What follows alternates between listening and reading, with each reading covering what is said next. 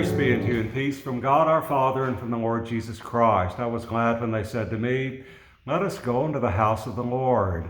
I'm Father Steve Sellers, and thank you so much for tuning in today for this brief daily message of hope.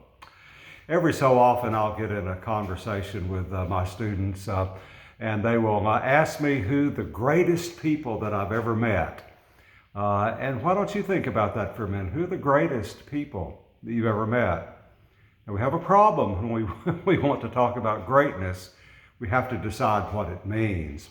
So usually I talk about things that I know a little bit about, like baseball.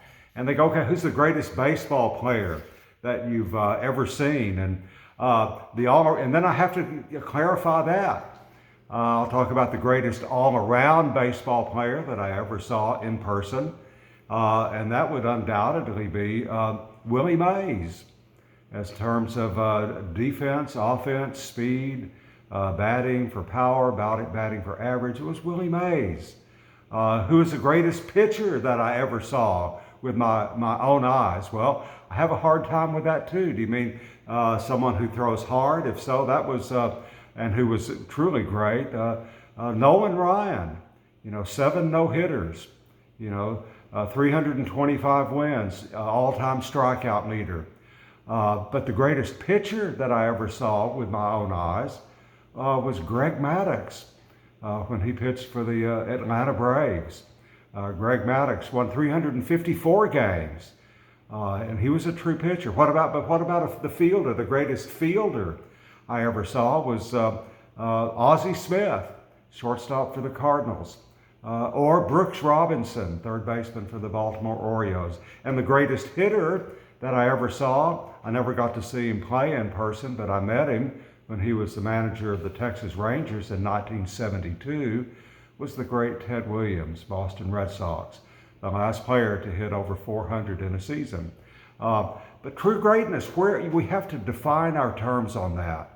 My students ask me the same questions about football, the greatest football players, and I have to defer on that. So many I did not see with my own eyes. Tom Brady is at the top of the list. Emmitt Smith, defense, probably Dick Butkus. But who is great, and what is true greatness? Well, in that regard, I want to share a definition of greatness that Jesus tells us about in Matthew chapter 20. You remember the story where the mother of 2 of the apostles, James and John, we don't even know her name. Her husband's name was Zebedee. The 2 apostles were James and John. She went to Jesus and said, "Lord, let it be that my 2 sons, when you enter into your glory and your kingdom, sit at your right and your left hand." And Jesus, of course, says, "You don't know what you're asking. Are you able to drink the chalice that I'm drinking, to go through the baptism I'm going through?" And she says, "Yes, we are. Yes, we are." And then Jesus says, "Well, then you will go through the baptism that I'm undergoing and will drink from the chalice that I drink from." And then, of course, the apostles, the other 10, started arguing about that. And in Matthew chapter 20, at verse 24, when the 10 apostles heard about this, they were indignant with the 2 brothers. So Jesus called them together and said, "You know that the rulers of the Gentiles lord it over them, and their high officials exercise authority over them. Not so with you. Instead, whoever wants to become great among you must be your servant, and whoever wants to be first must be your slave, just as the Son of Man did not come to be served, but to serve, and to give his life as a ransom for many." In the eyes of the Lord, true greatness is in serving others, in putting our lives out for the benefit of others, for showing compassion to those who haven't asked for it, being kind to those who don't deserve it, loving those who even when they don't love us. And in that regard, I played a wonderful song. "Won't You Let Me Be Your Servant?" A great song from the 1970s that was written by a self-taught musician who's actually my age now. He was born in England, I think the year after I was born. and he moved at the age of 3 to New Zealand, where he's been working humbly. He wrote several songs, including Won't You Let Me Be Your Servant. His name is Richard Gilland, and he came up in the Anglican church, but had a mixture of the Pentecostal church in him. And he learned playing the guitar, taught himself.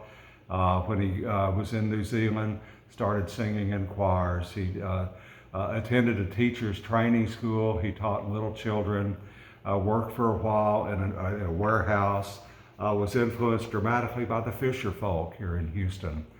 And he wrote, Won't You Let Me Be Your Servant in 1978 when it was published. True greatness is when we serve others. And the Lord calls on us to do that. We must learn, and this is a lesson that only the Lord can teach us, to set aside our pride and to focus on what is truly important. And please remember that the one who is truly important is with you today, guiding you. He continues to humbly walk with you. And when you need his help, ask him for his help. He's there waiting for you. The Lord rarely imposes his will on us. He waits for us to ask. So ask him to show you true greatness, and be prepared to model that sort of greatness in the lives of others, and let him teach you to do that. For he is our servant, and he calls us to serve one another. God bless you, and through his grace, I hope to see you here again tomorrow.